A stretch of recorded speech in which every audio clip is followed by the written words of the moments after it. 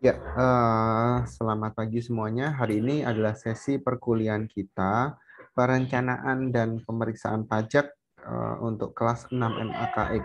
Nah, di sesi hari ini kita akan belajar atau selama 7 pertemuan ke depan, kita akan belajar mengenai bagaimana upaya efisiensi penghematan terkait dengan perpajakan dan juga ada namanya perencanaan dan pemeriksaan pajak ya. Berarti ada sesi pemeriksaan pajak juga. Apa itu pemeriksaan pajak? Yaitu proses pemeriksaan atau auditing terkait dengan akun-akun perpajakan. Nah, saat ini kalau kalian bisa lihat di share screen saya ini, sudah kelihatan belum? Belum, Pak. Lagi Belum loading. ya?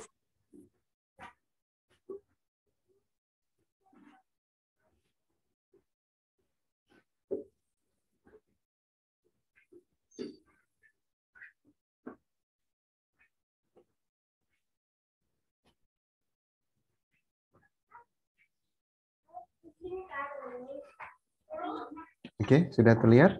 Sudah, Pak. Baik. Mata kuliahnya adalah perencanaan dan pemeriksaan pajak. Artinya di sini ada dua subjek yang akan kita pelajari, yaitu mengenai perencanaan atau planning dan pemeriksaan atau auditing. Nah, di dalam mata kuliah ini kita akan melihat beberapa aspek ya. Aspek yang pertama yang menjadi perhatian kita adalah terkait dengan subjek perencanaan pajak.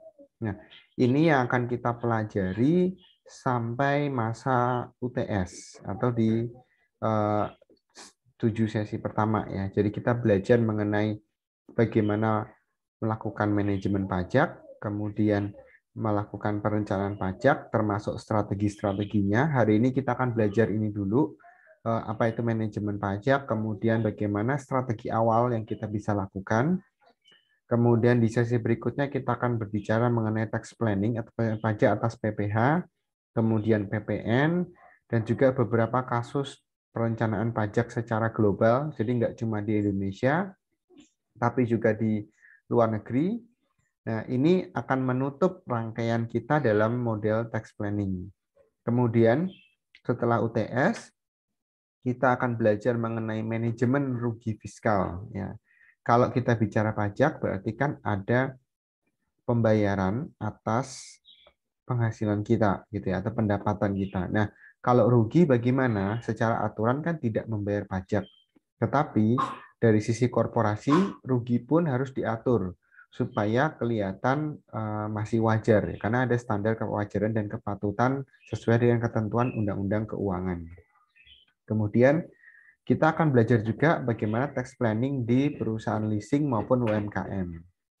Setelah itu kita akan melihat juga model pemeriksaan pajak. Nah, biasanya pemeriksaan pajak ini berbasis dari tata cara yang ada di pengadilan pajak.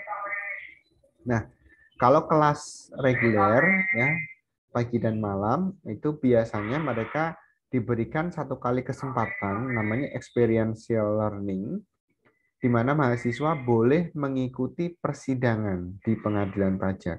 Nah, untuk kelas kalian nanti kita fleksibel aja. Jadi saya akan tetap jelaskan seperti apa sih tata cara persidangan pajak, tetapi untuk mengikuti kita harus bersama-sama bergabung dengan anak kelas reguler. Karena pengadilan pajak hanya akan menerima kita satu kali saja. Jadi nggak bisa kelas A, kelas B, dan seterusnya sendiri-sendiri ya. Tapi hanya satu kali masuk dari Ukrida, kemudian nanti bersama-sama mengikuti acara di persidangan pengadilan pajak. Seperti itu. Nah, persidangannya dilakukan secara online. Jadi kita sebagai penonton boleh melihat atau disediakan fasilitasi Zoom dari persidangan pengadilan pajak. Sampai di situ jelas ya, itu materi-materi yang akan kita lakukan selama satu semester. Nah, untuk saat ini kita sudah mendapat mengkombinasikan satu model paket pembelajaran yang sifatnya komprehensif. Maksudnya seperti apa? Nah, semua materi yang kita dapatkan di sini itu sudah dirangkum dalam satu buku.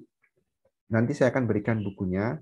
Bukunya adalah perencanaan dan pemeriksaan pajak yang berisi mengenai materi yang kita gunakan selama 1 semester. Jadi kalau kita lihat di daftar isi, kontennya itu sama dengan materi yang kita pelajari dalam perkuliahan ini. Sehingga mau tidak mau, ini akan mempermudah kalian daripada mencari dari berbagai macam sumber, di sini sudah dijadikan dalam satu sumber buku. Ya. Tapi ini bukan buku cetak ya, ini buku elektronik atau e-book. Jadi nanti akan diberikan juga ke mahasiswa. Saya akan informasikan ketika sudah saya set di UVC ya, karena ada beberapa tugas nanti juga harus dilakukan atau dikerjakan di UVC. Oke, nah ini cukup tebal ya, 116 halaman sampai akhir, jadi nanti nggak usah dicetak sih, karena modelnya elektronik aja. Ini buku yang akan membantu kalian belajar secara mandiri di luar dari sesi perkuliahan yang kita lakukan sekarang. Tuh. Itu untuk mengawali skema perkuliahan kita, saya jelaskan mengenai RPS-nya tadi. Kemudian juga untuk penilaiannya masih sama ya. Di sini ada komponen untuk tugas, UTS, dan UAS kurang lebih sama, mengikuti komponen dari fakultas ya. 30% untuk tugas, 35% untuk UTS, dan 35% untuk UAS. Oke. Sampai di sini sudah cukup jelas atau ada yang mau ditanyakan dulu sebelum saya mulai ke materi perkuliahan?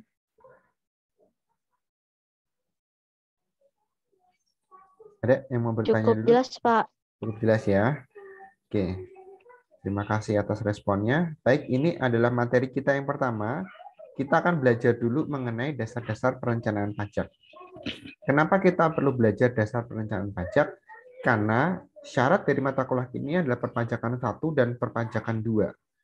Artinya, secara teknis kalian sudah paham cara menghitung, cara kalkulasi, cara penjurnalan, gitu, pencatatan dan seterusnya. Tetapi bagaimana cara melakukan planning atau perencanaan itu yang belum. Maka kita perlu belajar dari mekanisme paling dasarnya dulu. Nah, apa yang akan kita pelajari di sini? Yang akan kita pelajari adalah siapa yang masuk ini? Santi. Oke. Yang akan kita pelajari adalah mengenai pekerjaan di bidang perpajakan itu seperti apa. Kemudian strategi-strategi pajak yang boleh dilakukan itu apa saja. Terus apa sih konteks manajemen perpajakan dan apa itu dikatakan dengan perencanaan pajak. Kira-kira itu materi yang akan diberikan di awal. Oke. Yang pertama kita akan berbicara dulu mengapa pajak itu penting. Ya, ini sebetulnya pertanyaan yang kalau kalian anak akuntansi sebetulnya sudah bisa jawab ya. Karena pajak adalah sumber utama penerimaan negara. Kenapa bisa seperti itu? Itu sudah diamanatkan di dalam peraturan Undang-Undang 1945 pasal 23 ayat 2. Ya.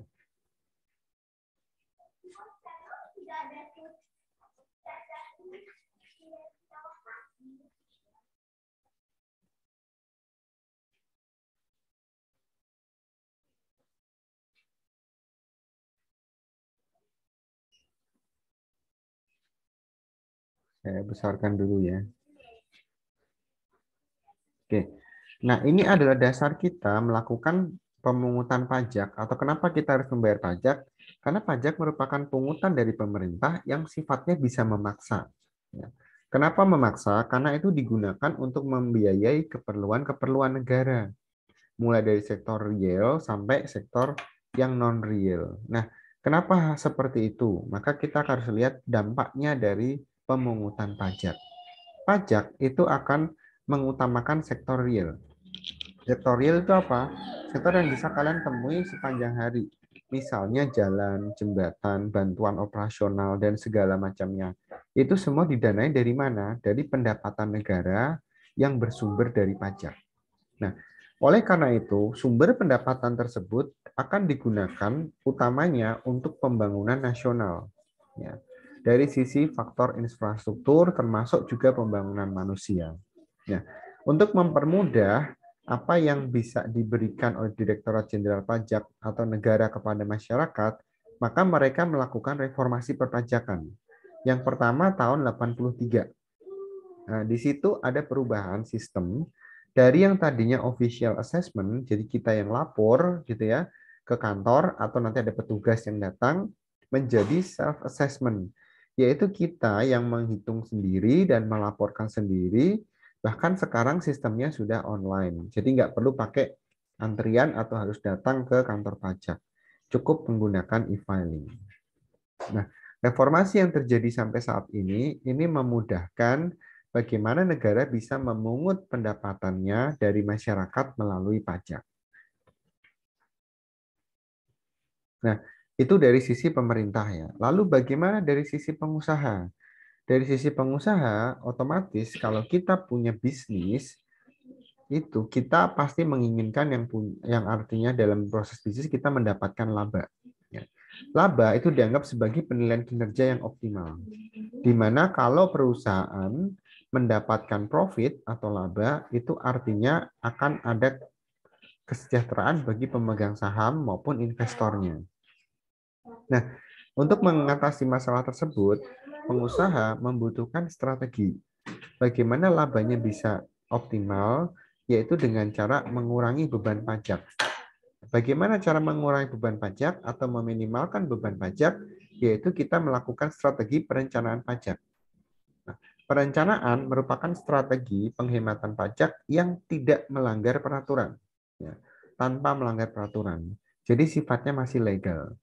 Kalau kita melanggar aturan atau yang sifatnya ilegal, itu juga ada namanya penggelapan pajak. Jadi seperti yang pernah kalian dengar di televisi kan, akhir-akhir ini banyak sekali muncul kasus yang mulai mengulik di bidang perpajakan kita, bahkan Kementerian Keuangan. Nah, kalau dari sisi pengusaha, itu pasti akan ada rasionalitas. Ya. Berpikir rasionalitas sebagai seorang wajib pajak akan berusaha membayar pajaknya sekecil mungkin. Jadi ini adalah konsep dasar yang dimiliki oleh si pengusaha. Kenapa harus sekecil mungkin? Karena dia pengen dapat laba yang semaksimal mungkin. Akan tetapi untuk menghindari masalah dengan hukum, mereka harus melakukannya sesuai dengan peraturan undang-undang.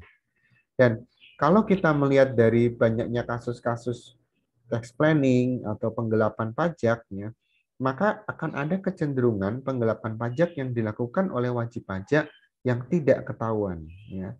Yang tertangkap hanya sekian persen, tapi yang tidak ketahuan cukup banyak. Nah, dari sisi proporsi tersebut, itu akan membuat kecenderungan bagi wajib pajak lain, khususnya yang PKP, pengusaha kena pajak, itu melakukan hal-hal yang sama demi mendapatkan keuntungan pribadinya. Oleh karena itu, muncullah dua idiom ini, gitu ya. Dua idiom apa yang menjadi trending di bidang perpajakan adalah kalau kita bisa tidak bayar pajak, kenapa kita harus bayar gitu ya?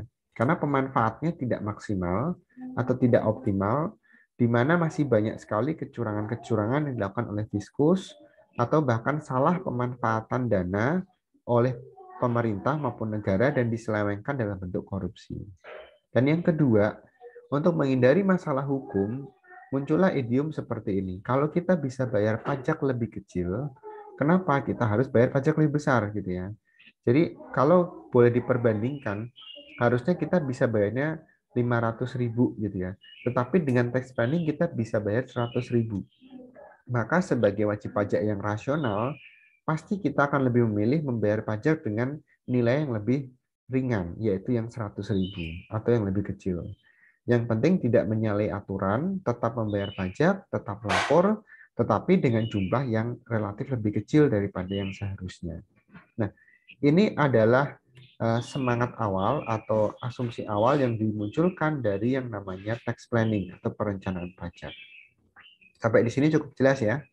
Kenapa muncul yang namanya tax planning gitu, atau kenapa muncul yang namanya perencanaan pajak, dan juga ada muncul beberapa profesi-profesi baru terkait dengan tax planning.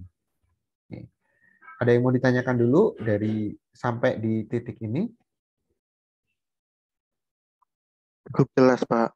Oke, kalau masih jelas saya lanjutkan lagi. Nah, apa yang dimaksud dengan perencanaan pajak atau tax planning? Yaitu sebuah proses di mana kita akan mengorganisasi apa saja usaha-usaha yang dilakukan oleh si wajib pajak supaya hutang pajaknya menjadi dalam jumlah minimal. Ya. Artinya apa? Wajib pajak tetap membayar pajak, tetapi jumlahnya seminimal mungkin, selama tidak melanggar ketentuan undang-undang. Nah, ini adalah tahap awal dari manajemen pajak. Ya, tahap awal dari manajemen pajak. Oleh karena itu, manajemen pajak adalah rangkaian besarnya ketika kita mulai memanage, mengatur seluruh organisasi, bukan hanya dari sisi pajak, tapi juga dari sisi misalnya keuangan, dari sisi organisasi, gitu ya. Sedangkan di tax planning, kita hanya mengorganisir bagaimana meminimalisir hutang pajak. Nah, apa saja pekerjaan-pekerjaan di bidang perpajakan yang muncul dari atau yang timbul dari aktivitas perencanaan pajak? Yang pertama ada yang namanya tax compliance, yaitu mereka yang bekerja sebagai staf accounting dan perpajakan, di mana tugasnya mengurusi administrasi pembukuan, pemotongan, penyetoran, pelaporan perpajakan, dan sebagainya. Ya. Yang kedua, muncullah pekerjaan di bidang tax planning atau tax planner, atau bahasa sederhananya adalah konsultan pajak. Ya. Konsultan pajak atau tax planner tugasnya adalah mengatur strategi. Ya. Jadi bukan mengurangi pajaknya, bukan, tapi mengatur strategi bagaimana dari sisi akuntansi dan keuangan supaya kewajiban perpajakan kita menjadi lebih kecil dan tidak melanggar peraturan undang-undang. Ya. Di sini konteks kita adalah tidak melanggar aturan undang-undang. Undang-undang apa? Otomatis undang-undang perpajakan. Oke. Nah, profesi ketiga yang muncul adalah ketika terjadi sengketa pajak, ya, yang harusnya pajaknya sekian tapi dibayarnya tidak sama, kemudian muncullah perselisihan. Di situ akan diselesaikan di pengadilan pajak. Nah, di dalam pengadilan pajak muncullah profesi yang ketiga, yaitu tax litigation. Apa itu tax litigation? Yaitu pekerjaan yang berupaya menyelesaikan masalah perselisihan yang terjadi karena sengketa pajak, baik dari dalam perusahaan maupun yang timbul dari perusahaan dan kantor pajak. Ya. Yang terakhir adalah di bidang penelitian atau yang mengembangkan berbagai macam riset dan informasi untuk mencari solusi dan rekomendasi atas permasalahan perpajakan. Dan disinilah muncul aktivitas dari akademisi, termasuk dari mahasiswa. Jadi 4 pekerjaan ini yang muncul sampai saat ini dan terdampak dari aktivitas yang namanya tax planning. Nah, lalu apa saja strategi yang bisa kita lakukan? Yang pertama adalah melakukan tax saving, yaitu penghematan pajak atau tax saving itu bukan berarti menabung pajak, bukan ya, tapi menghemat pajak, yaitu bagaimana cara mengefisiensikan atau memperkecil nilai beban pajak dengan berbagai macam alternatif tarif yang lebih rendah. Nah, tarifnya seperti apa? Tarifnya itu kalau kita bicara misalnya tarif, contoh gitu ya. Oke, misalnya kita punya PPh, kita mau bicara mengenai sewa ya. Sewa, sudah pernah dengar ya sewa ya? Sewa. Sewa itu secara perpajakan itu punya 2 tarif. Ya. Kalau dia menurut PPh 23, berapa persen tarifnya? Ingat nggak? Pendapatan sewa? Kalau menurut PPh pasal 23 berapa?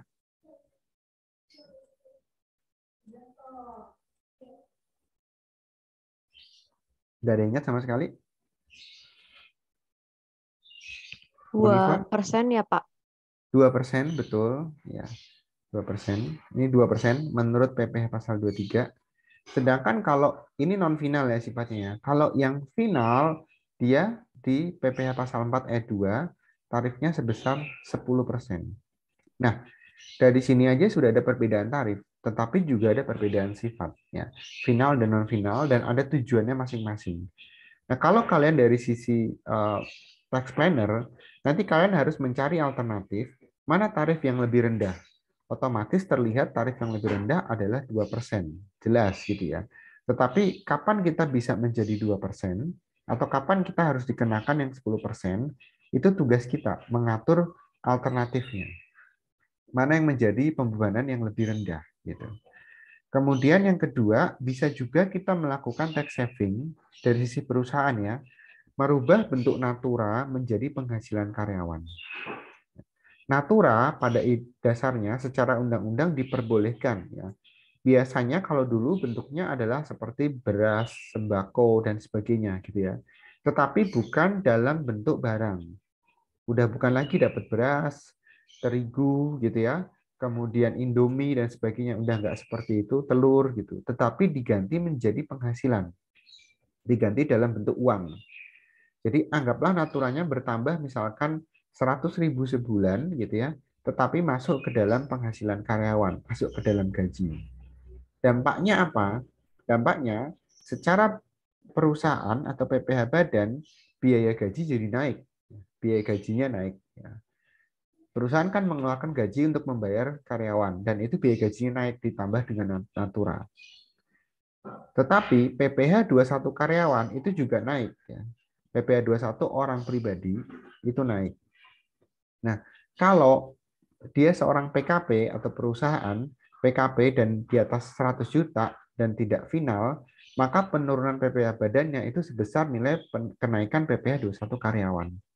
Jadi kalau misalnya dengan adanya Natura, PPh karyawan naik 1% gitu ya, dari sisi perusahaan PPh badan dia akan turun menjadi 1% juga, turun ke 1%. Jadi kayak mengalihkan beban pajak perusahaan ke karyawan. Nah, 1%-nya perusahaan dan 1%-nya karyawan jelas berbeda. Ya. 1%-nya perusahaan dari profit itu kan besar sekali dibandingkan 1%-nya gaji yang diterima oleh karyawan, gaji netonya. Tetapi di sini ada kompensasi, yaitu PPh badan jadi turun. Menguntungkan buat perusahaan.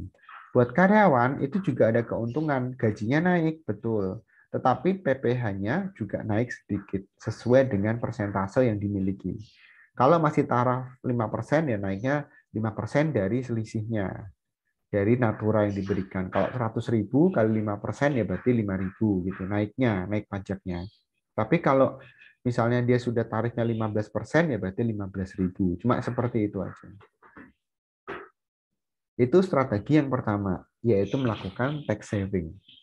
Strategi yang kedua bagaimana? Melakukan tax avoidance, penghindaran pajak, yaitu dengan cara mengganti transaksi ke objek-objek yang tidak dikenakan pajak. Ya, misalnya ini supaya beban pajaknya lebih efisien ya. Jadi tidak ada beban pajak yang ditangguhkan ke perusahaan. Kenapa? Karena transaksinya ke bukan objek pajak.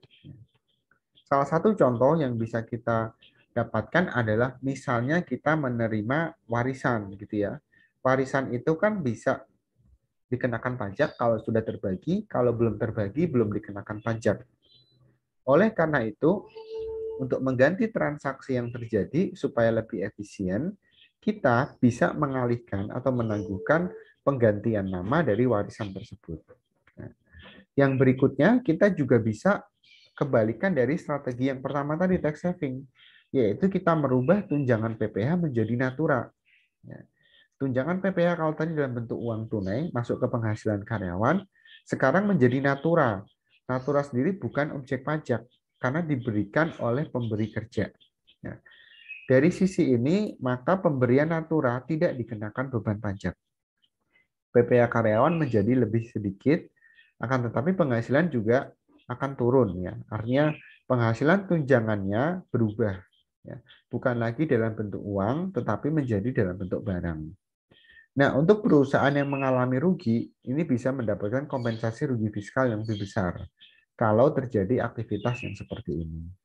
Jadi, strategi yang kedua ini diizinkan karena memang ada peraturan-peraturan yang mengizinkan seperti itu. Contoh misalnya mengganti transaksi ke bukan objek pajak. Itu kan sudah ada di ketentuannya, PPh pasal 4 ayat 1. Apa saja yang bukan objek pajak di situ, ya. Kemudian di tunjangan PPh itu juga ada keterangannya. Natura bukan menjadi objek pajak di Undang-Undang PPh. Kemudian untuk kompensasi rugi fiskal juga sudah diatur maksimal 5 tahun dengan syarat-syaratnya antara lain adalah masih ada pemberian natura. Ini dari sisi strategi yang kedua, yaitu tax avoidance. Nah, strategi lain seperti apa? Kita bisa juga melakukan penundaan atau penggeseran pembayaran pajak. Nah, ini biasanya terjadi di PPN atau pajak pertambahan nilai. Geser 1 hari aja, sudah beda bulan. Nah, misalnya transaksi di bulan Agustus harusnya dibayar di tanggal 20 September PPN-nya. Sedangkan transaksi September dibayarnya di bulan Oktober.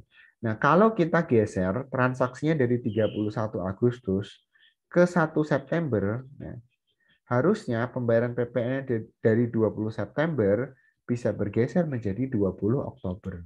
Ya. Hanya karena beda 1 hari, pembayaran bisa menjadi berubah 1 bulan.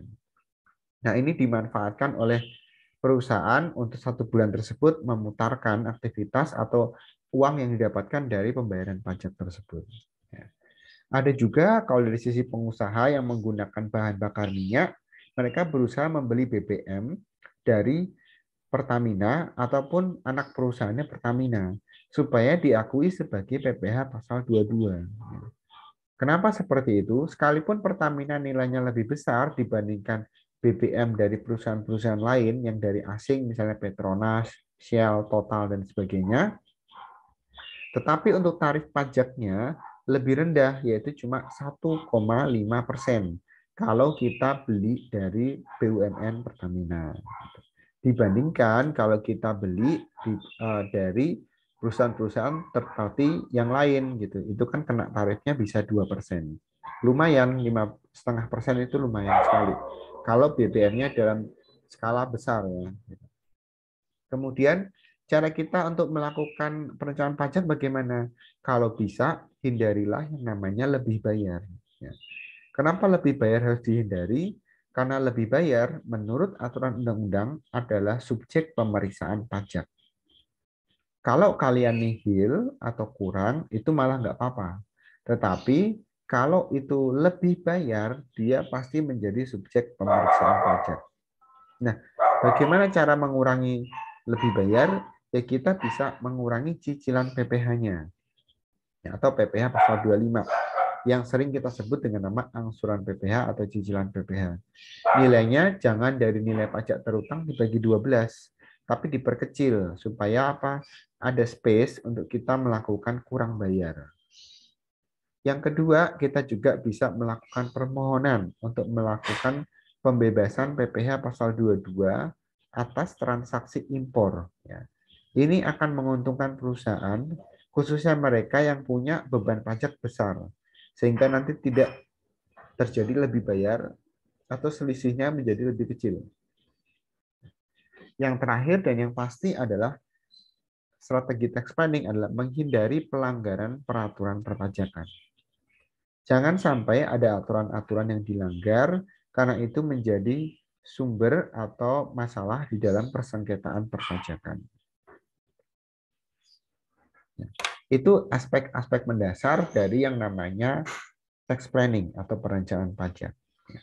Yang berikutnya, kita akan berbicara secara kompleks, yaitu mengenai manajemen perusahaan perpajakan. Ya. Manajemen perpajakan merupakan salah satu bagian atau usaha keseluruhan perusahaan di mana harus mengelola teknik perpajakannya dengan syarat 3E, yaitu efektif, efisien, dan ekonomis. Kenapa ini disebut sebagai manajemen perpajakan? Karena konsepnya adalah 3E tadi. Begitu pula kalau kalian mengambil konsentrasi audit, ada yang namanya manajemen audit, ya, itu juga sama. Tujuannya adalah mencari 3E tadi. Efektif, efisien, dan ekonomis. Sehingga kalau 3 ini terlaksana dengan baik, maka kontribusi yang bisa diberikan oleh perpajakan menjadi maksimal. Nah, fungsinya manajemen perpajakan apa? Yang pertama dan yang kita pelajari di awal tadi adalah tax planning. Makanya tadi di awal saya bilang perencanaan pajak itu adalah bagian pertama dari manajemen pajak. Jadi kita tidak selesai di manajemen pajak, tetapi kita hanya mengerjakan tax planning-nya aja, yaitu melakukan perencanaan untuk efisiensi pajak dengan berbagai cara yang bisa kita lakukan. Ya. Tetapi dengan teknik yang tidak melanggar undang-undang, yaitu dengan cara apa? Avoidance, yaitu menggunakan celah atau kelemahan dari aturan yang ada. Mau tidak mau, kalau kita melakukan tax avoidance, karena hubungannya dengan undang-undang, kita juga harus belajar undang-undang pajak, belajar hukum perpajakan, supaya bisa mencari celah atau kelemahan dari peraturan tersebut. Yang kedua adalah kita bisa melakukan penghematan dengan melakukan tata cara sesuai dengan peraturan perpajakan. Atau yang ketiga, ini kalau memang kita tidak bisa mengikuti aturan undang-undang atau aturan perpajakan, mau tidak mau ya kita harus melakukan hal yang berseberangan dengan itu, yaitu melakukan tindakan kriminal bertentangan dengan aturan, tetapi bisa mendapatkan penghematan pajak. Ini namanya penggelapan atau tax evasion. Ya. Sekalipun kalau dilihat dari sisi risiko itu kecil, gitu kan, risiko pemeriksaan di penggelapan pajak itu minimal 500 juta. Ya. Jadi kalau lebih daripada itu sudah pasti jadi objek. Ya. Tapi kalau kurang dari itu, belum dianggap sebagai penggelapan. Ya. Nanti hukumannya adalah cuma pengembalian dana kerugian negara dari tindak pidana tersebut. Oleh karena itu, di sini manajemen perpajakan berusaha mengkombinasikan dengan berbagai macam aturan yang lain. Bagaimana supaya tidak berbenturan dengan undang-undang? Mereka perlu yang namanya tax administration atau tax compliance. Itu petugas, butuh staff yang bisa melakukan administrasi perpajakan, membayar dan melaporkannya sesuai dengan aturan yang berlaku. Untuk menghindari dampak dari pemeriksaan pajak, gitu ya. Yang berikutnya apa? Kita juga bisa melakukan yang namanya tax audit atau pemeriksaan pajak, yaitu untuk menangani kasus-kasus terkait dengan keberatan dan banding yang muncul karena masalah sengketa pajak. Tuh. Nah, dari apa yang disampaikan tadi, kita bisa melihat kalau kita mau merencanakan pajak, objeknya apa saja. Nah, ada 3. Yang pertama adalah dari sisi tarif. Nah, kita bisa mencari celah-celah tarif yang seperti tadi. Sewa 2% atau 10%. Mana yang lebih menguntungkan buat kita, gitu ya. Yang kedua adalah kita bisa belajar dari DPP, dasar pengenakan pajak. Kenapa DPP ini penting? Karena kita juga harus mencari DPP yang paling kecil. DPP itu dirumuskan atau digunakan untuk mencari nilai pajak. Kan ada DPP, dasar pengenaan pajak, dikalikan dengan tarif, ya kan? Nah, dikalikan dengan tarif. Kalau kita dapat tarif yang kecil dan DPP yang kecil, otomatis nilai pajaknya menjadi lebih kecil, kan gitu. Jadi kalau kita nggak bisa bermain dengan tarif, maka kita bisa bermain dengan cara DPP.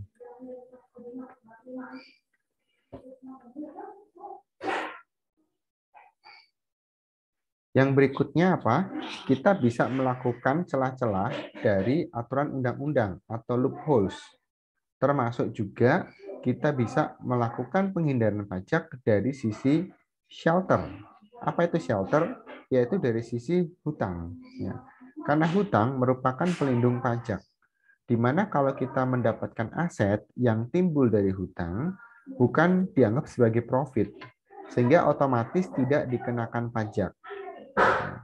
Jadi ada investasi yang muncul itu akan dihitung sebagai tambahan penghasilan perusahaan, tetapi sumbernya dari hutang, bukan dari profit. Gitu. Yang terakhir adalah tax haven atau surga pajak. Nah, di sini pemerintah sudah mendeteksi dan sudah dilakukan perjanjian pajak internasional. Terdapat 26 negara yang masuk dalam kategori tax haven countries atau negara-negara yang di mana kalau kita melakukan transaksi di negara tersebut itu mendapatkan tarif transaksi investasi sebesar 0%. Artinya bebas pajak. Tetapi dengan satu syarat ya kita harus transaksi di negara tersebut. Ya. Kenapa seperti itu? Karena itu akan mendatangkan devisa buat negara tersebut sekalipun dia tidak mendapatkan beban pajak atau penerimaan pajak dari transaksi atau investasi yang terjadi di negara tersebut. Itu adalah objek perencanaan pajak. Nah, secara otomatis kalau kita bisa melakukan tax planning gitu ya, pajak itu kan dasarnya adalah cash basis, bukan accrual basis ya. Oleh karena itu, hubungannya apa? Kita bisa melakukan penghematan kas keluar, yaitu beban kas untuk melakukan pembayaran pajak atau penyetoran pajak. Di sisi lain, cash flow perusahaan juga terjaga, di mana aliran arus kas keluar dari perusahaan itu menjadi lebih kecil karena beban pajak yang harus kita setorkan ke negara itu juga menjadi lebih kecil.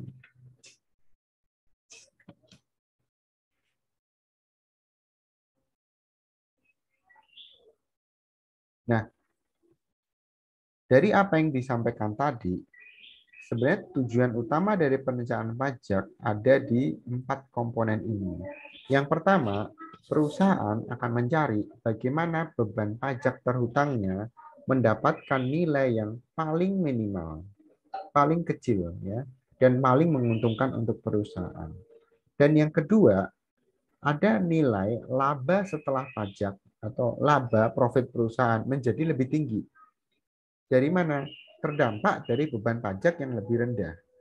Oleh karena itu, ini saling berkoneksi ya antara beban pajak rendah dengan laba tinggi. Karena profit itu didapatkan dari penerimaan dikurangi dengan beban. Salah satu bebannya adalah beban pajak. Yang ketiga, ada juga event-event tertentu yang kita bisa mendapatkan yang namanya tax surprise. Nah, tax surprise ini terjadi karena apa? Bisa jadi karena ada pemeriksaan pajak ya. Misalnya kayak sebelum pandemi ada yang namanya tax amnesty atau penghapusan ya. Dengan cara melakukan repatriasi dana, pengembalian dana ke dalam negeri gitu kan. Dan yang berikutnya bisa juga terjadi karena masalah insentif perpajakan seperti yang kita dapatkan di antara tahun 2020 sampai sekarang. Mungkin di tahun depan sudah dilepas, artinya tidak akan ada insentif lagi. Tetapi selama masa 2-3 tahun pandemi tersebut, kita masih bisa mendapatkan insentif perpajakan, yaitu berupa pengembalian nilai beban pajak untuk orang pribadi dari perusahaan yang mengajukan mendapatkan insentif. Ya. Tujuannya apa? Supaya membantu wajib pajak tidak mengalami pengurangan dari sisi pendapatan. Sekali lagi, ini dari sisi perusahaan harus mengajukan. Tapi kalau perusahaan tempat kerja kalian tidak mengajukan, maka insentif tersebut bisa jadi tidak diberikan atau tidak didapatkan untuk karyawannya.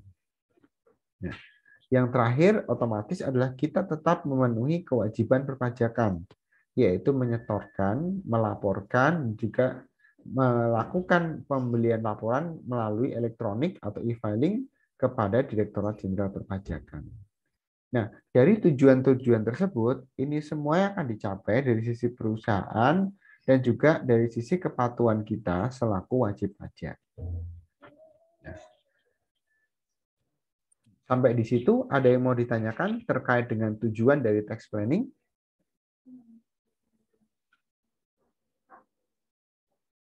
Dari saya cukup jelas, Pak. Oke, terima kasih, Monifa.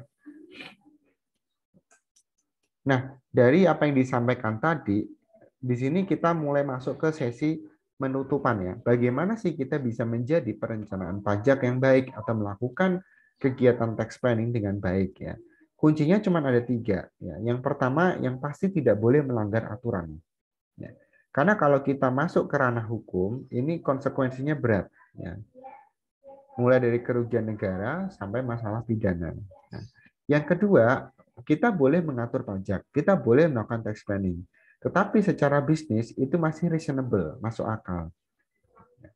Jangan sampai ya aset kita triliunan, tapi ternyata kita nggak bayar pajak karena perencanaan pajaknya terlalu ekstrim gitu ya. Itu kan nggak masuk akal.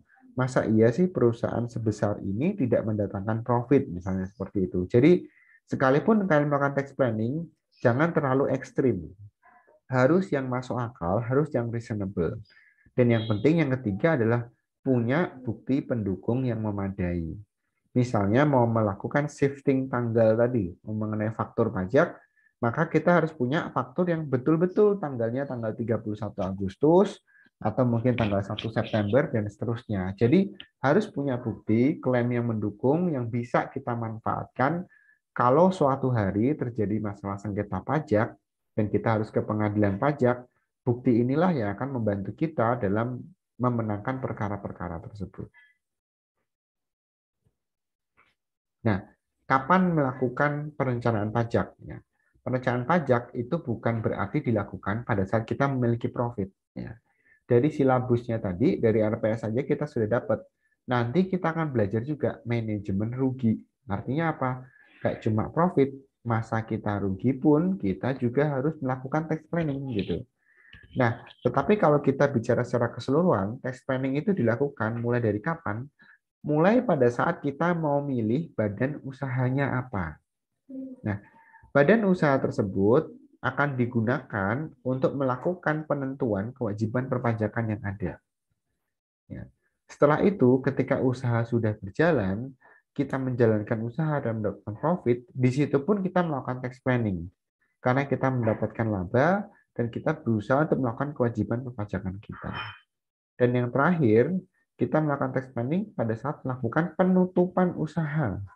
Sekalipun usaha kita sudah selesai, bangkrut mungkin gitu, atau bahkan dinyatakan pilot, atau mungkin karena bubar pecah kongsi dagangnya, kita juga harus melakukan tax planning, karena di situ ada ketentuan hukum yang mengikat, yaitu menjadi pengusaha kena pajak. Nah, itu harus dicabut dulu supaya kewajiban perpajakannya tidak melekat kepada si pengusaha atau perusahaan yang sebetulnya mungkin sudah tidak ada nantinya. Tuh. Nah, untuk kategori yang pertama saat mendirikan usaha, nanti kita akan bahas di sesi kita yang berikutnya. Oke. Nah, bagaimana kalau di dalam proses kita melakukan tax planning ternyata tidak sesuai? Nah, kita boleh melakukan perlawanan. Ya. Perlawanannya ada dua. Ya. Kalau kita melakukan perlawanan yang pasif, itu artinya kita berusaha menghambat atau mempersulit para fiskus untuk melakukan pemungutan pajak. Nah, ini sangat tidak disarankan karena kalau ada perlawanan pasif, biasanya mereka akan mengeluarkan beberapa aturan yang membuat kita harus atau punya kewajiban melakukan pungutan pajak kita. Jadi aturan-aturan undang-undang itu sudah cukup jelas ya. Jadi kalau kita melakukan perlawanan pasif itu agak sulit. Yang kita bisa lakukan adalah perlawanan aktif. Yaitu dari mana? Dengan cara melakukan tax avoidance, tax saving, atau bahkan mungkin sengaja melakukan tax evasion ya untuk tujuan-tujuan tertentu. Sengaja melakukan penggelapan perpajakan untuk melakukan aktivitas tertentu. Nah, dari sini kita bisa melihat bahwa ketika wajib pajak melakukan kewajiban perpajakan dan terjadi hal yang tidak sesuai, itu dikatakan sedang mengalami kelalaian. Nah, kelalaian ini menjadi subjek utama di dalam pengadilan pajak. Nah, lalai itu bukan berarti lupa, gitu ya. Tetapi kalau dari sisi undang-undang hukum pajak itu ada 4 tingkatan. Tingkatan yang pertama adalah kalau kita ignorance ya. Sebenarnya kita tahu tapi kita mengabaikan itu. Itu lalai yang tahap 1. Nah, lalai yang seperti ini itu juga masalah ya. Karena sebetulnya kita tahu kok gitu. Tetapi dari undang-undang yang ada kita bisa dikenakan sanksi-sanksi pidana gitu. Yang kedua, lalai itu karena tingkat kesalahan. Jadi staff accounting-nya salah melakukan perhitungan, kurang cermat menghitung DPP, salah memilih tarif, dan sebagainya. Itu masuk ke dalam kelalaian kategori yang kedua. Yang ketiga, ini agak berat sedikit, yaitu salah paham. Jadi peraturan undang-undang harusnya dia masuk di PPh berapa, tapi kalian masukinya ke PPh yang lain.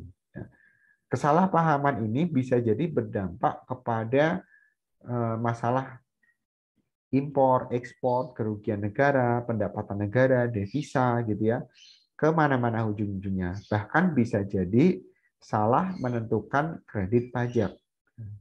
Nah, ini juga harus dihindari oleh si wajib pajak. Dan yang terakhir adalah kalau memang betul-betul kita nggak tahu sama sekali. Nggak ngerti harus diatur seperti apa, dipotong seperti apa, setornya kemana, dan seterusnya, itu dinamakan lalai karena apa. Nah, kalau yang terakhir ini biasanya akan dibina oleh Dirjen Pajak. Ya, dibina. Artinya apa? Dia masih diberikan kesempatan untuk melakukan perubahan. Tapi kalau yang lain-lainnya ini masih mendapatkan sanksi-sanksi. Misalnya pidana, perdata, dan seterusnya.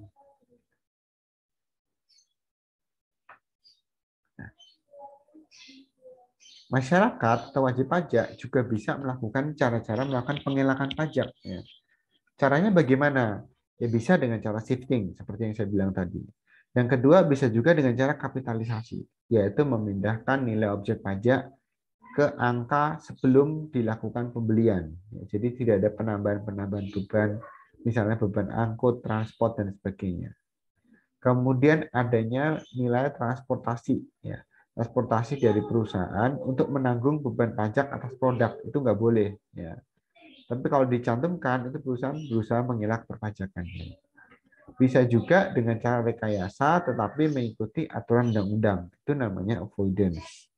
Nah, di sisi sebaliknya ada yang namanya evasion, itu yang melanggar etika atau aturan undang-undang.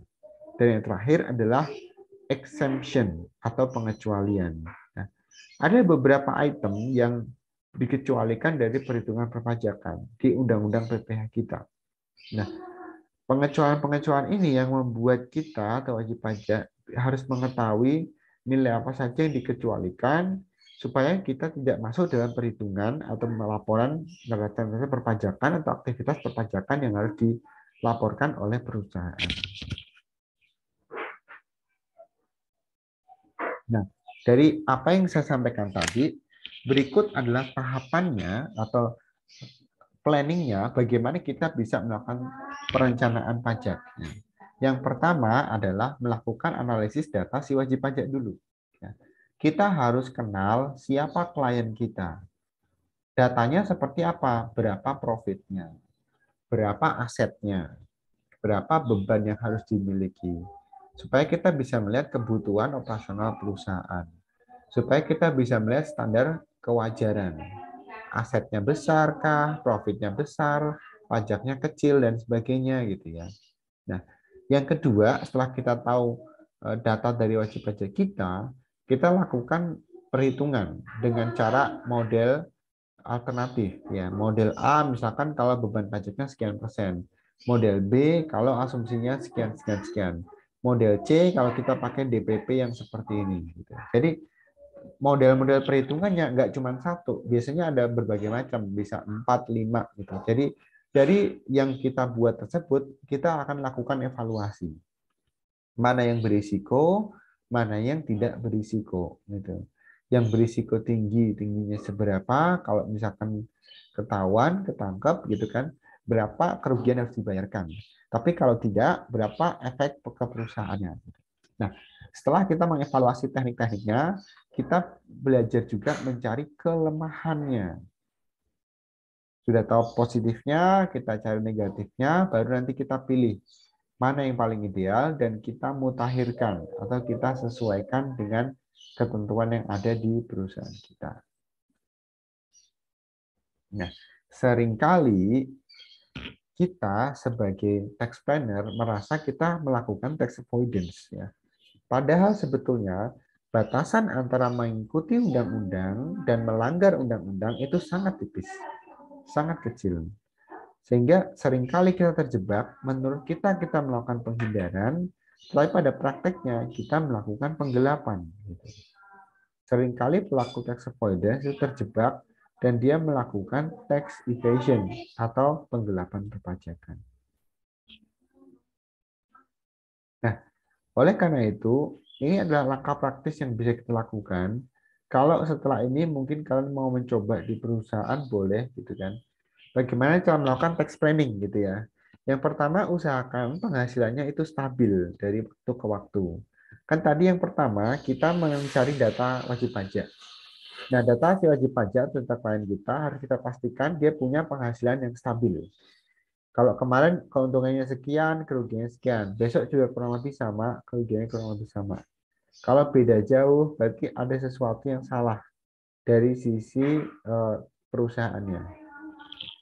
Yang kedua, kita bisa melakukan mempercepat atau menunda penghasilan di window period tadi. Misalnya yang akhir tahun, akhir bulan gitu kan. Bisa kita percepat, di bulan sekarang, bisa kita tunda, tergantung kebijakan yang mau dilakukan oleh perusahaan. Nah, berikutnya kita juga bisa melakukan diversifikasi penghasilan. Diversifikasi itu maksudnya apa? Kita memecahkan nilai penghasilan atau profitnya perusahaan. Tadinya profitnya 100 miliar, kita pecah jadi berbagai macam divisi.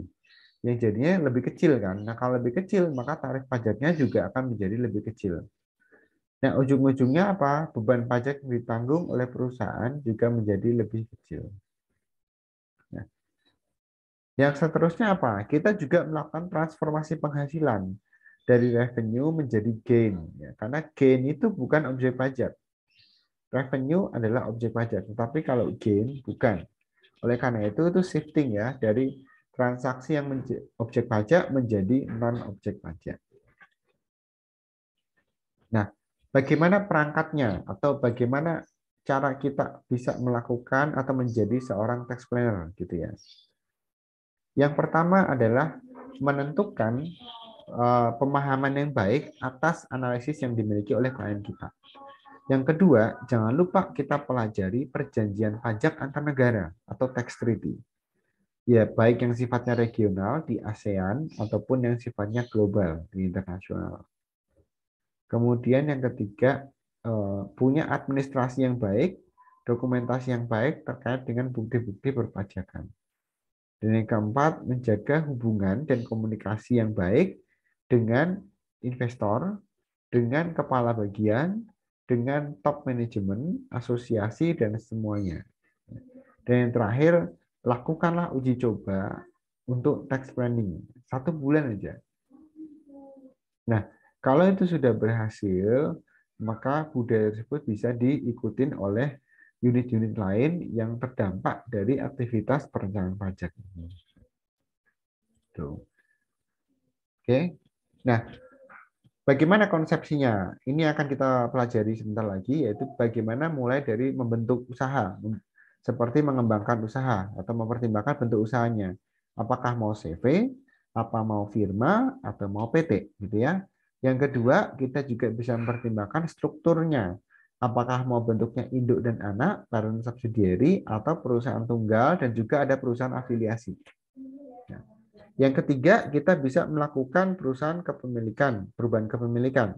Apakah mau melakukan merger, artinya melebur 2 perusahaan, 3 perusahaan menjadi satu, mengganti dengan perusahaan yang baru, atau justru melakukan akuisisi.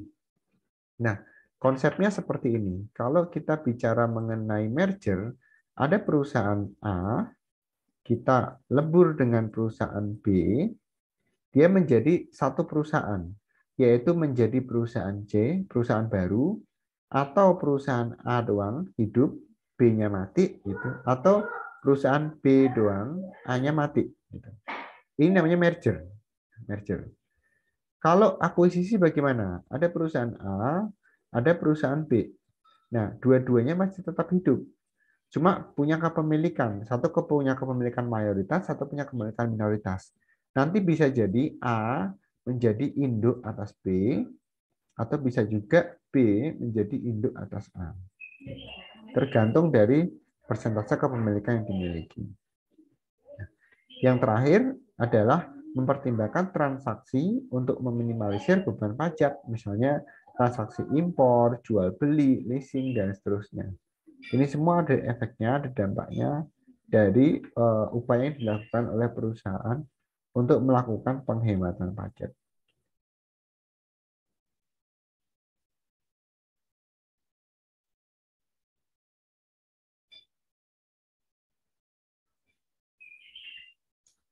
Nah, langkah berikutnya apa konsepsinya? Yaitu kita memperoleh penghasilan. Nah, pada saat kita memperoleh penghasilan, pastikan PKP kita, penghasilan kena pajak kita yang neto gitu ya, itu cukup besar untuk satu periode pajak. Kalau yang bruto saya kurang tahu, tapi kalau neto itu harusnya bisa langsung dikenakan DPP gitu ya. Berikutnya adalah saat terjadi perubahan status dari wajib pajak. Nah, status BP itu saat ini baru ada 3 ya. Pensiunan, ada apa ini? Statusnya karena menikah gitu ya. Kemudian bisa juga karena pisah harta Atau statusnya apa tuh? Kalau kita bicara ada KK, MP, PH, MP dan menghitung tersendiri dan seterusnya ada di apa namanya di dalam SPT atau di proses e-filing yang kalian lakukan. Kemudian yang terakhir adalah pada saat wajib pajak menjual aset atau membubarkan usaha ataupun meninggal dunia. Karena statusnya berubah ya. Jadi yang tadinya aktif menjadi non efektif. Otomatis di sini butuh informasi sehingga wajib pajak tidak salah dalam menentukan dan juga tidak salah dalam melakukan evaluasi atas hasilnya. Oke, itu untuk sesi atau bagian yang pertama. Ada yang mau ditanyakan dulu dari mahasiswa terkait dengan materi yang pertama mengenai dasar-dasar perencanaan pajak? Silakan.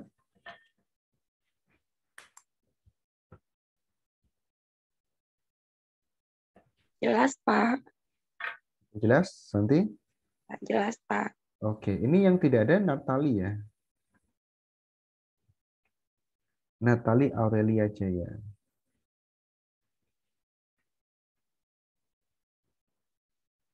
Oke, cukup. Terima kasih Cindy atas responnya. Ya, berikutnya kita akan masuk kembali ke materi yang lanjutannya. Bentar.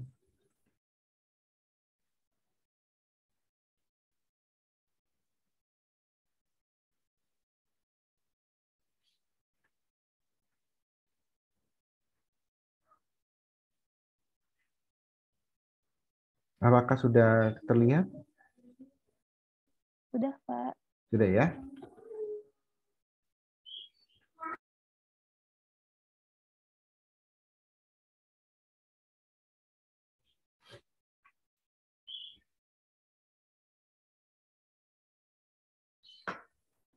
Baik.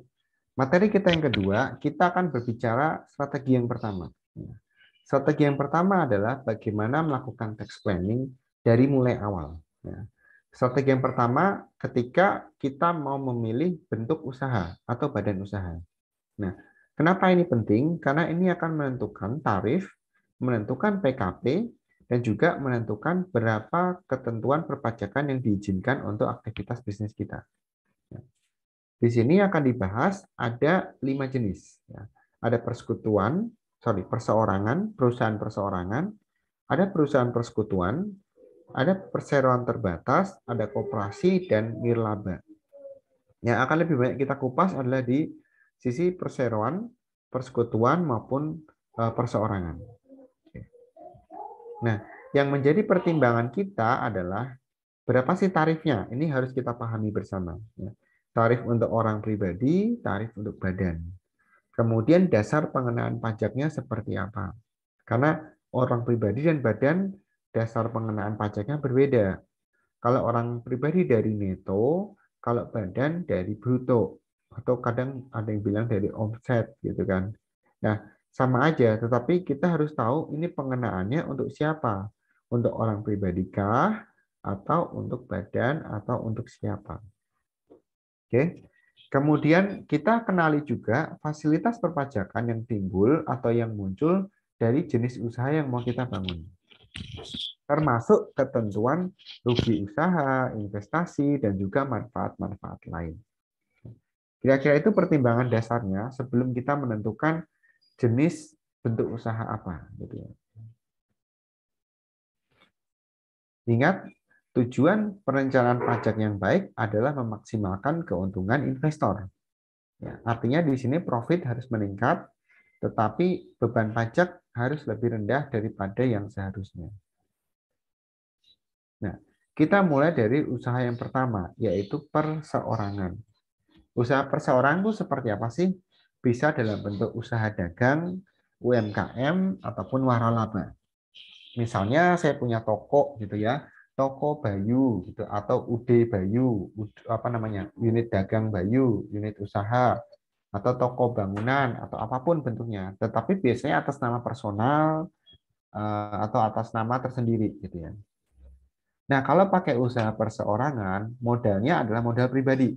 Itu yang jelas. Jadi tidak bisa kita lakukan modal dari saham, nggak ada. Ini usaha perseorangan. Karena keuntungannya untuk kita sendiri. Gitu. Terus kemudian NPWP-nya mengikuti NPWP orang pribadi. Karena perusahaan perseorangan atau PKP gitu ya. Jadi dia menggunakan tarif perhitungan pajak orang pribadi dan juga NPWP-nya orang pribadi. Nah, sampai tahun kemarin ya 2022 itu kan kita masih pakai tarif OP yang progresif ya. 5%, 15, 25, 30. Mulai tahun ini baru kita berubah. Jadi yang ini sebenarnya masih relevan kalau untuk lapor yang sekarang. Nah, ada perbedaan tarif pajak antara badan dengan dagang, UMKM, dan lain-lain. Berikutnya yang jadi pertimbangan kita adalah ada pengurang pajak. Ya, pengurang pajak untuk perseorangan itu apa? Ada biaya jabatan, nilainya sebesar 5%. Ya. Dengan maksimal berapa? 6 juta atau 5 juta satu tahun untuk biaya jabatan? Masih ingat? Berapa maksimal nilai biaya jabatan untuk orang pribadi? Di perhitungan PP pasal 21 berapa? 5 juta, Pak. 5 juta maksimal 1 tahun ya. Nah, biaya jabatan ini menjadi pengurang pajak untuk usaha perseorangan termasuk PTKP. Ya. PTKP baik yang statusnya K, K1, K2, K3, TK1 maupun KI dan seterusnya gitu ya. Nah, yang penting di sini adalah kalau kita punya usaha perseorangan, kita nggak perlu bagi hasil. Karena usaha kita sendiri. Kalau saya buka toko, berarti bagi hasilnya ya ke saya sendiri, nggak ada yang lain-lain gitu. Nah, selain itu, izin usaha lebih mudah. Ya, cukup kadang kalau misalkan usaha dagang bisa pakai IRT, izin rumah tangga. Ya, misalnya mau bikin makanan, bikin snack gitu ya, usaha dagang seperti itu bisa, itu cukup pakai izin usaha rumah tangga, industri kecil. Pengelolaannya juga sederhana, cuma berapa uang masuk, berapa uang keluar yang dipakai untuk usaha. Ini dari sisi usaha perseorangan. Mau konsep yang seperti ini boleh, tetapi ingat NPWP-nya adalah orang pribadi, tarif pajaknya juga orang pribadi, plus ada pengurang pajak yaitu biaya jabatan PTKP. Itu pilihan yang pertama. Contohnya bagaimana? Kita kasih contoh. Wajib pajak orang pribadi gitu kan, statusnya K3 gitu kan. Tanggungannya 3, statusnya dia menikah, punya laba usaha 700 juta. Nah, kalau kita hitung dengan kalkulator pajak gitu ya, maka kita mendapatkan nilai beban PPh pasal 21-nya sebesar 131,6 juta. Ya. Itu dalam 1 tahun ya, untuk perusahaan perseorangan dengan laba 700 juta. Dia punya pengurang biaya jabatan 6 juta. Tadi Monifa salah ya. Biaya jabatan maksimal 6 juta. Setahun ya. Kemudian dikurangi PTKP. PTKP-nya dia 72 juta. Dari mana? K3. Oleh karena itu, kalau kita menggunakan teknis yang pertama atau kita milih usaha yang pertama, beban pajak kita sebesar 131,6. Kalau perusahaan yang kedua atau bentuk usaha yang kedua, yaitu persekutuan. Persekutuan berarti lebih dari 1 orang atau biasa dalam bentuk kelompok. Umumnya bentuknya ada CV, ada firma, gitu kan. Bedanya apa kalau CV?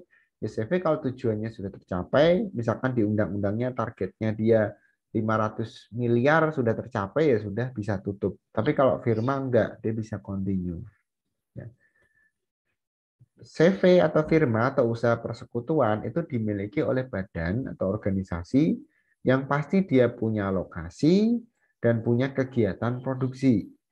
Ada kegiatan produksinya, ada lokasinya. Minimal 2 orang, yaitu direktur biasanya gitu, dan satu lagi ada yang mengurusi keuangan. Itu minimal ya, tapi lebih dari itu pada boleh. Yang pasti dia harus punya manajemen terstruktur, harus ada pimpinannya, harus ada bawahannya. Punya pembagian modal, tapi tidak harus dalam bentuk saham ya.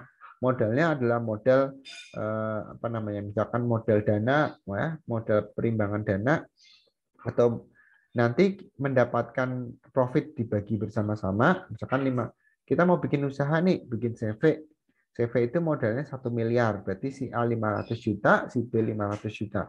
Nah, kalau kondisinya seperti itu, maka modalnya dibagi jadi 2, risikonya juga dibagi jadi 2, kalau punya untung juga dibagi 2 sama rata. Ya. Jadi ada bentuknya, ada badan organisasinya, punya lokasi, punya kegiatan, dan juga ada strukturnya. Lalu bagaimana pengenaan pajaknya?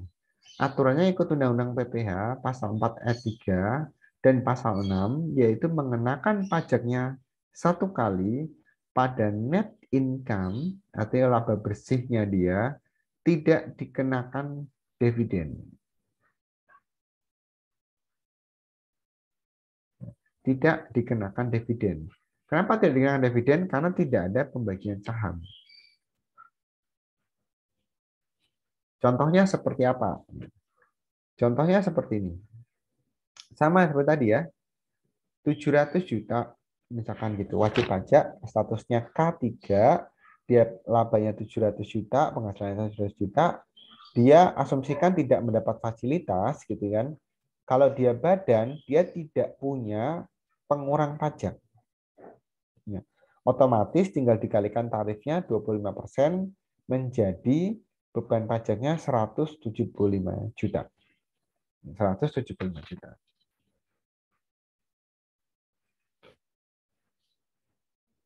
Yang ketiga, ya. Yang ketiga kalau bentuknya perseroan terbatas atau PT. Syaratnya apa? Harus ada susunan direksi. Ada ketua direksi atau direktur pelaksana, direktur keuangan dan seterusnya, punya staf dan seterusnya. Lebih kompleks organisasinya dibandingkan perusahaan persekutuan. Yang kedua, punya saham dan obligasi yang selalu diperdagangkan dan aktif. Nah, saham dan obligasi ini menjadi bentuk modal perusahaan atau modal PT untuk bisa menjalankan aktivitas bisnisnya dan menghimpun dana dari masyarakat. Ya.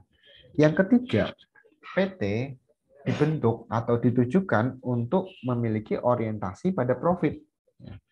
Sehingga mau tidak mau, ketika sudah ada pembentukan usaha, maka target utama mereka adalah mendapatkan profit. Siapa yang bertugas mendapatkan profit atau siapa yang bertanggung jawab dengan profit adalah direksi. Ya. Makanya di sini diminta harus ada susunan direksi dan siapa investornya, mereka pemilik saham, pemilik obligasi, profit ini akan dibagi kepada mereka ketika perusahaan mengalami keuntungan atau kinerja yang baik. Gitu. Syarat dari adanya PT adalah dituntut harus membagikan dividen. Ya. Karena ada ketentuan saham. Ya. Dividen boleh juga tidak dibagi, ya, tetapi dengan catatan atau dengan kapasitas maksimal yaitu 3 tahun berturut-turut. Ya. Jadi kalau tahun pertama kita rugi nggak bagi dividen, masih nggak apa-apa. Tahun kedua kita masih rugi nggak bagi dividen, kita masih nggak apa-apa. Tapi kalau tahun ketiga masih rugi lagi dan kita nggak bagi dividen, ini berbahaya. Jadi mau nggak mau perusahaan harus tetap bagi dividen sekalipun dia masih rugi. Karena di aturan Undang-Undang Perseroan Terbatas, Undang-Undang Nomor 40 tahun 2007 menyatakan seperti itu. Kewajiban dividen itu adalah harus, ya. Dan dia punya kapasitas maksimal 3 kali, gitu, untuk tidak membayarkan. Lebih dari itu, maka investor boleh klaim kepada pemerintah atas investasi yang dilakukan di perusahaan tersebut.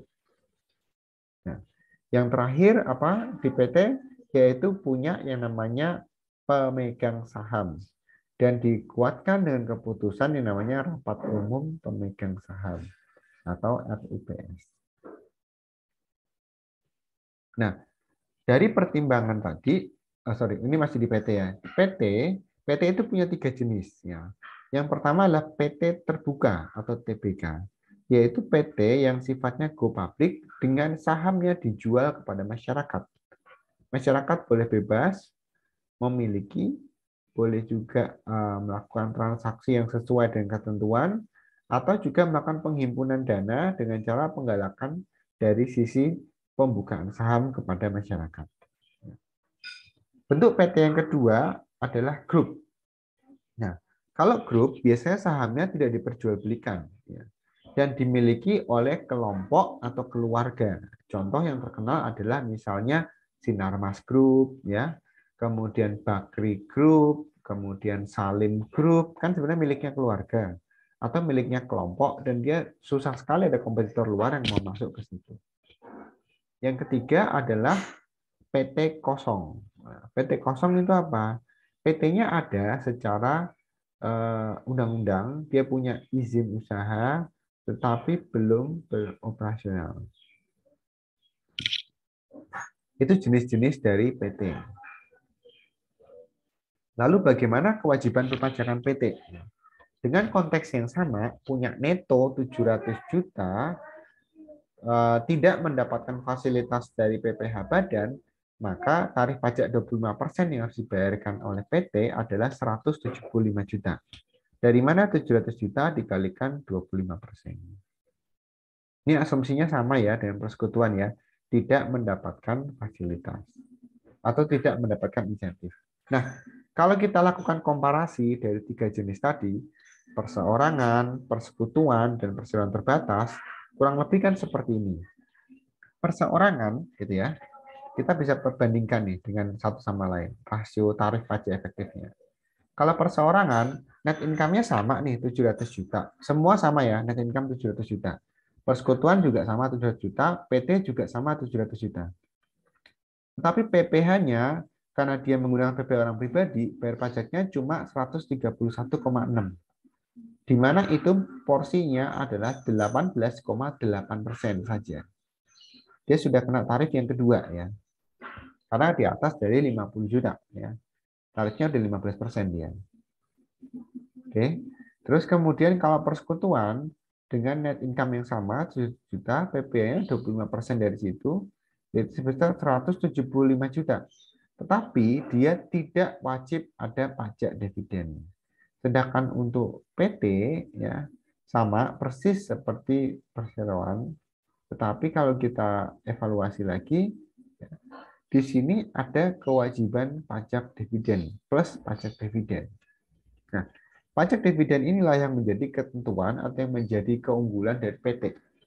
Artinya apa? Investor punya keuntungan, mendapatkan pengembalian modal, gitu kan. Tapi perusahaan juga di sisi lain juga mengurangi retain earning-nya kalau dia terus membagikan dividen. Bentuk usaha yang keempat apa? Koperasi. Nah, koperasi merupakan gerakan ekonomi rakyat yang sifatnya usaha berbadan hukum. Jadi kalau kita bicara mengenai koperasi, dia ada badan hukumnya, ada surat pendiriannya, ada akta pendirian dan seterusnya. Dan dia basisnya adalah ekonomi rakyat. Jadi kalau mau invest ke sini, nggak akan ada saham, tetapi adanya ada pengembalian kepada masyarakat. Itu namanya koperasi. Nah, kalau kita bandingkan sama yang lain-lain, apa saja sih keuntungan, kerugian, dan selanjutnya terkait dengan pelaksanaan perpajakan yang kita bahas? Ya. Untuk PPh Badan, ya PPh Badan itu sifatnya akan dikenakan pajak final untuk yang PP nomor 23 tahun 2008. Ya. Sorry, PP 23 tahun 2008 itu mengatur pajak final untuk PPh Badan. Sedangkan untuk yang non final itu ada di PPh pasal 21. Nah, untuk PPN-nya pajak pertambahan nilai itu ditentukan dari ada tidaknya penyerahan barang kena pajak ataupun jasa kena pajak. Nah, kalau nggak ada bagaimana? Ya berarti PPN nggak ikut. Nah, PPN nggak ikut. Tapi ini aturan dari PT seperti itu. Kemudian PT juga punya insentif pajak dan juga ada beberapa pajak lain yang sifatnya bisa dipelajari. Misalnya pajak impor, PPh pasal 22, gitu ya. Kemudian PPh pasal 25, cicilan. Dan PPh pasal 29 kalau mengalami lebih bayar. Untuk pengembalian atau restitusi perpajakan. Nah, contoh koperasi seperti ini. Koperasi misalkan dia punya omset 2,5 miliar, PKP-nya 200 juta. Maka dengan nilai seperti itu, ya nilainya kurang dari 2,8 miliar, ya, kurang dari 3,8 miliar, dia dikenakan pajak final PPh pasal 4 ayat 2. Jadi pajak yang dibayar koperasi yang pertama sebesar 12,5 juta. Sedangkan untuk koperasi 2, karena omsetnya sudah 30 miliar dan PKP-nya 3 miliar, maka dia diberikan fasilitas PPh pasal 21. Sehingga fasilitas yang dihitung, kalau kita hitung dengan kalkulasi biasa ada 60 juta, maka PPh 21 yang harus dibayar adalah 630 juta. Dibandingkan dengan koperasi yang cuma final gitu ya, memang lebih kecil. Tetapi untuk sisi perhitungan dan fasilitas, di sini perusahaan mendapatkan fasilitas 60 juta. Ini keuntungan loh buat perusahaan gitu, untuk PT. Lalu bagaimana dengan, untuk koperasi gitu ya. Lalu bagaimana dengan nirlaba atau yayasan? Nah, yayasan itu tergantung dari pembentukannya. Ya. Jenis yayasan ada 5. Ada yayasan pendidikan seperti kampus kalian, ada yayasan keagamaan, ya. Kemudian misalkan contoh yayasan Buddha Suci itu keagamaan, yayasan sosial misalkan panti asuhan dan sebagainya, yayasan kesehatan misalkan puskesmas, kemudian rumah sakit maupun yayasan penelitian. Misalnya di laboratorium, observatorium, dan sebagainya. Itu ada namanya yayasan yang didirikan untuk kepentingan penelitian. Atau foundation, Jarum Foundation, Sampurna Foundation, gitu. Kemudian tujuan dari yayasan itu memang tidak mencari profit, tetapi mencari kesejahteraan. Siapa? Kesejahteraan para stakeholder, bukan shareholder ya, stakeholder. Siapa sih shareholder? Stakeholder. Siapa sih stakeholder? Stakeholder itu adalah semua pihak yang terkait dengan yayasan dan punya aktivitas terkait dengan yayasan. Nah, modalnya yayasan itu apa? Modalnya itu bukan dari saham. Modalnya adalah sumbangan, hibah, maupun donasi. Nah, dari beberapa aspek tersebut, kita bisa melihat bahwa yayasan ini sebetulnya punya objek untuk perpajakan. Punya objek perpajakan. Tetapi kalau kita bicara mengenai profit, hasil usahanya ternyata ditanamkan kembali. Jadi profitnya tidak diambil karena tujuannya dia adalah tidak mencari profit. Jadi profitnya ditanamkan kembali sebagai modal sehingga konsekuensi yang timbul aspek pajaknya apa? Dibebaskan dari PPh badan. Tapi kalau PPh yang lain tidak. Jadi kalau misalkan dia mau transaksi ekspor impor, ya tetap PPh 22 masuk. Ya. Kalau dia mau transaksi sewa juga PPh 23 tetap masuk. Tetapi kalau tidak melakukan transaksi terkait dengan operasional, maka aspek pajaknya menjadi dibebaskan oleh pemerintah. Dari 5 kategori tadi, manakah yang menjadi kekuatan buat kalian atau manakah yang kalian bisa pertimbangkan untuk dipilih menjadi strategi awal dalam upaya pemilihan bentuk badan usaha, gitu ya. Silahkan nanti dipikirkan. Ya. Di sesi yang kedua, karena saya belum set UVC, gitu ya, saya berikan kepada kalian tugas mandiri saja. Gitu. Jadi nanti akan dikumpulkannya masih 1 minggu ya, minggu depan ya. Nanti saya akan informasikan kalau UVC-nya sudah saya set. Kalian sudah biasa kan pakai UVC kan? Iya, Pak. Sudah, Pak. Nah, nanti kalian akan memilih. Kalau kalian sebagai pengusaha, dari sisi pengusaha, dengan ketentuan perpajakan yang kalian pelajari tadi, pilihlah bentuk usaha mana yang mau kalian lakukan. Misalnya kalian punya modal, dan kalian sudah tahu nih, ini pajak untuk perseorangan kayak gimana, persekutuan kayak gimana, PT kayak gimana, koperasi gimana, nirlaba bagaimana. Nah, kalau kalian disuruh memilih, gitu, kalian mau bentuk apa? Apakah bentuk perseorangan, bentuk persekutuan, bentuk perseroan, bentuknya koperasi, atau bentuknya yayasan? Ya. Silahkan nanti dicatat dan kemudian diberikan argumentasinya, diketik aja dalam bentuk Word gitu ya, boleh. Atau nanti saya minta nanti dibuatkan link untuk di assignment UVC-nya supaya kalian bisa masuk. Kemudian submit ke situ, kemudian nanti kita akan evaluasi minggu depan. Kenapa memilih ini, kenapa memilih itu, dan seterusnya. Gitu. Tolong berikan argumentasi kalian. Misalnya, saya memilih PT, Pak. alasannya apa gitu. Alasannya 1, 2, 3, 4. Keunggulannya seperti ini, kekurangannya ini.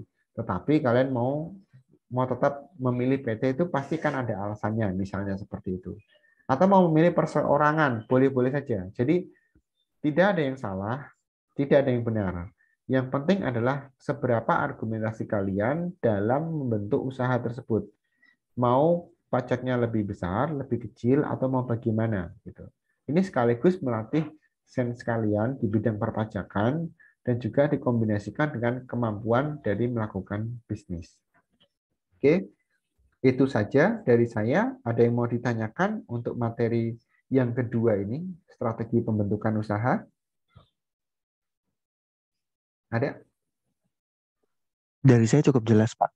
Oke, terima kasih Agus. Dari Monifa, ada yang mau ditanyakan? Dari saya juga cukup jelas, Pak. Oke, Cindy? Atau Gracia? Pak. Jelas, terima kasih Cindy. Gracia bagaimana?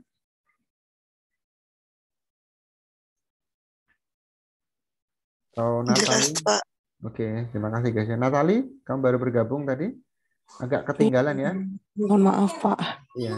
Nanti saya tetap akan ada rekamannya, saya informasikan kembali, tapi paling enggak kan apapun ketinggalannya tetap harus dikejar sendiri, karena sesi kita kan cepat ya, sesi kita kan modelnya 7 kali, 8 kali perkuliahan kan. Oke, Santi, ada yang mau ditanyakan Santi? Pak, nanti rekamannya dikasih segera kan ya, Pak? Ya, saya usahakan nanti langsung saya kirimkan linknya. Oke, thank you, Pak. Oke, Terus tadi mengenai waktu penugasan, sorry berapa lama ya, Pak, dikasih? 1 minggu sampai minggu depan. Sampai minggu depan. Sampai sebelum kuliah ya. Jadi misalkan di kuliah kalian Sabtu kan berarti di hari Jumatnya. Baik. N1 ya. Nanti biasa kan ya, Pak, ini Bapak juga udah kasih kita PPT dan sebagainya. Iya. Nanti saya akan siapkan dulu ya di UVC-nya. Sekarang belum karena saya masih repot jadi saya belum siapkan semuanya. Tapi nanti saya akan informasikan kalau semua sudah masuk ke UVC. Ya, thank you so much, Pak. Oke, terima kasih Santi. Sheni, ada yang mau ditanyakan? Nggak ada, Pak. Cukup jelas. Oke, Siti? Cukup jelas, Pak, dari Bapak. Oke, baik. Kalau sudah cukup jelas, saya akhiri sesi kuliah kita pagi hari ini. Terima kasih sudah hadir dan terima kasih sudah di tepat waktu. Mudah-mudahan minggu di pertemuan berikutnya kita tidak ada halangan dan semua bisa di tepat waktu sehingga tidak ada yang ketinggalan materi, bahkan mungkin bisa lebih banyak melakukan evaluasi. Ya, termasuk dari materi, RPS, buku, dan sebagainya, nanti saya akan informasikan segera di UVC ya, supaya kalian bisa download dan bisa akses untuk dilakukan pembelajaran secara mandiri. Oke.